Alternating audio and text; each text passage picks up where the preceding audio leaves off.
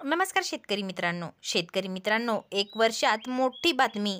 कर्जमाफी होऊन सुद्धा दुष्काळात कोरडफड असल्यास शेतकऱ्यांसाठी मागणी करण्यात येत आहे.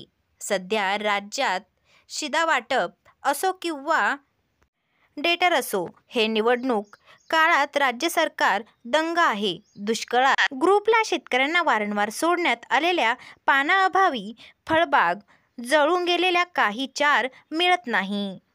पाण्याची व्यवस्थामुळे राज्य सरकारने शेतकऱ्यांना कर्जमाफी आणि वीज बिल माफ करावी अशी मागणी विरोधी पक्ष नेते विजय भाऊ म्हणाले.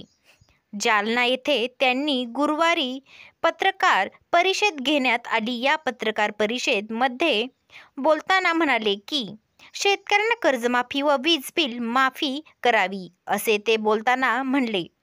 कर्जमाफी शेतकऱ्यांना जळखळ येथील कुटुंबाचे खरे पडून त्यांची जागा अडकवण्यात प्रयत्न करण्यात आलेला आहे. यामागे कुटुंब रावसाहेब दानवे चा परिवार असा सुद्धा त्यांनी कारवाई करावी अशी सुद्धा जिल्हा अधिकारी यांना मागणी केलेली आहे.